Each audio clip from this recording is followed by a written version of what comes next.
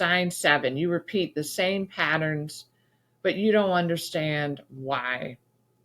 If you keep ending up in the same types of conflicts or relationships, could be your subconscious or a part, an inner part running the show. I know recently I discovered that my 15-year-old part inside of me has been choosing friends over the years. And once I did some healing around that, I got in the driver's seat and says, no, this is not okay.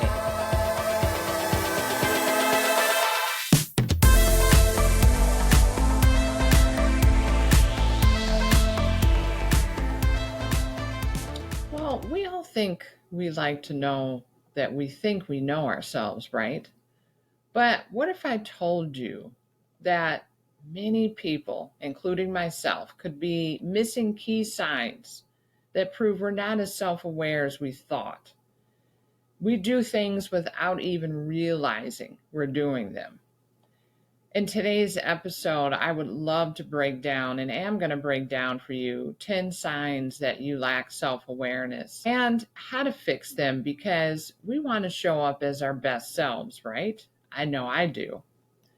Well, I'm Heather Hewett, somatic therapy trauma informed coach. And let's face it, we've all done this. We think we really know ourselves, but there's things that other people see about us that we don't. So I'm going to be breaking down the signs for you. Sign number 1, you don't listen to others. Sometimes we think we're really listening, or even the worst is when I'm talking with someone and my mind blanks out or spaces out. And it kind of does this sometimes if I have a lot on my plate, like maybe my nervous system is in that survival mode or I'm rushing around. I want to listen so bad, but my mind is everywhere else. Or sometimes we're just really waiting for our turn to speak. Well, real self awareness means we have to pause. We have to listen with our heart too. Because, don't get me wrong, hearing is better than nothing, but there are times when I've been in conversation, I heard a person, but I wasn't listening with my heart. And we don't always are able to do that. But if this is the focus, we'll do a lot better with communication. And we really want to listen to what the other person is saying. I always say we have 2 ears and 1 mouth to do twice as much listening. And we don't want to defend our viewpoint, we want to listen. I know how I feel when others are truly listening to me instead of trying to defend their viewpoint. It makes me feel seen and heard. Sign number 2, you make excuses for your actions. Have you ever said, I was tired, I have a lot on my mind, I have a lot on my plate, I'm going through a lot. The other person really started it. Any of these excuses, it's all about protecting our ego in the moment. Let's face it, we've all done it and we probably will do it in the future. But this is just a heads up because this blocks growth. It just does. When we make excuses, we're going to stay stuck in our same patterns, and it just happens. I get it. So instead of explaining away the behavior, ask, well, what part of me feels triggered here right now? Why am I feeling this way in my stomach or my chest? Why do I feel this tightening going on? It really helps, like I said, to have better communication and connection with others when we do this. Sign number 3, we avoid feedback. Feedback can sting, especially when it touches a nerve. Meaning, when it touches a nerve, we feel triggered as something we're insecure about. And sometimes it's the person is coming from, too. That could be it as well. But feedback is a mirror, and it shows us what we can't see on our own. And it's important. It's important for growth because you can't change what you don't acknowledge, but you can acknowledge it if you're not aware of it. Awareness is the first step. Sign 4, you get defensive easily. And your first reaction is to justify or argue. That's a sign your nervous system is trying to protect your self-image. Now, I want to pause for a moment. You remember how I mentioned earlier, depends on who it comes from? Now, if you are in a relationship with someone who is nitpicky, they tend to bring up things in a painful way. I'm not talking about that. We've all been in relationships like that. But I'm talking in our interactions with people in general. If we go to the defensive, this is letting us know maybe we're trying to protect our self-image more. And that's okay. Remember, this is feedback, this is information. So the key would be to take a breath, pause before reacting and responding with, what am I trying to protect right now? This is going to save us, guys. Sign number, you blame others for your emotions. This one I've done. This person made me feel angry. They ruined my day. Guess what? The way others makes us feel is on us. And they're really not making us feel it. We're feeling it. It's a choice. Okay. And yes, we do get triggered at times. We may come in contact with someone who was like a teacher we had, our parent growing up, and we feel triggered and we feel some kind of way. But it's insight into ourselves. And we're giving other people too much power over our emotional state.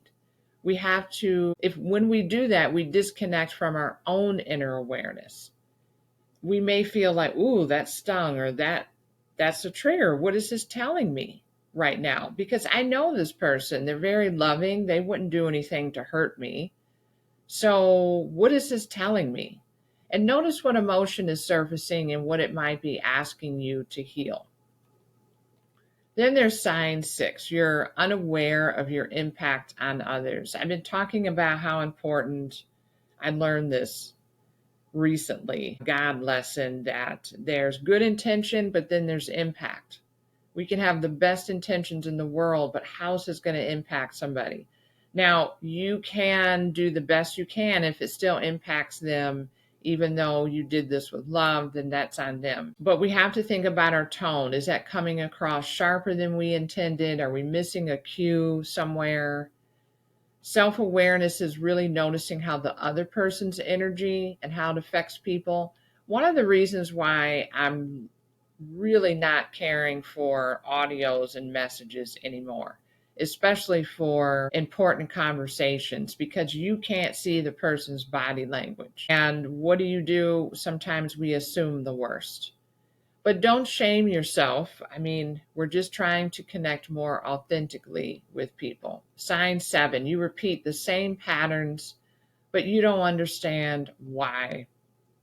If you keep ending up in the same types of conflicts or relationships, could be your subconscious or a part, an inner part, running the show. I know recently I discovered that my 15-year-old part inside of me has been choosing friends over the years.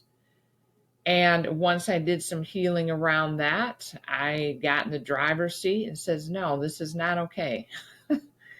And self-awareness helps us to see this pattern before it keeps repeating and repeating and repeating. And then now we have the power to choose differently. Sign number 8, you struggle to identify or express your emotions. Saying, I'm fine, when you're not, is a sign that you could have lost touch with your inner world. I mean, emotional awareness is the foundation of self-awareness. It's how we really connect with what's going on inside. Sign number 9, you take things personally. When someone else's behavior triggers you, it's more about your unhealed wounds and what they actually said and did. Because that has nothing to do with you if they are misbehaving or behaving a particular way. And you can stop and pause and ask yourself, what part of me feels unseen or invalidated right now? That's where the healing is going to start, guys. That's what we need to do. And sign number 10, you resist slowing down. Constant busyness keeps you from self reflecting, keeps you from your awareness. You can't build awareness if you're busy all the time. I know, I've tried it. Silence and stillness are uncomfortable. We in society hate that. We hate being bored, hate being still. We feel like we're not doing enough. But in that silence and stillness is where that self understanding grows. So I know I brought up a lot of maybe some heavy things, but I'm still working on this too. I haven't perfected it. But self awareness is the key to emotional intelligence and learning how to fix this. This is good news because self awareness is a skill, is not something we're born with or a personality trait. We can grow it through reflection, like mindfulness and journaling and therapy, if we have honest conversations with ourselves and people we trust. So the goal isn't to be perfect, it's about becoming more curious about yourself. And when you really understand these patterns, you gain power over them. I mean, that's where the real transformation begins. Well, I hope you enjoyed this episode. Please like and subscribe. And remember, we want to discover the beauty of transformation and embrace our inner butterfly. It's in all of us. Until next time.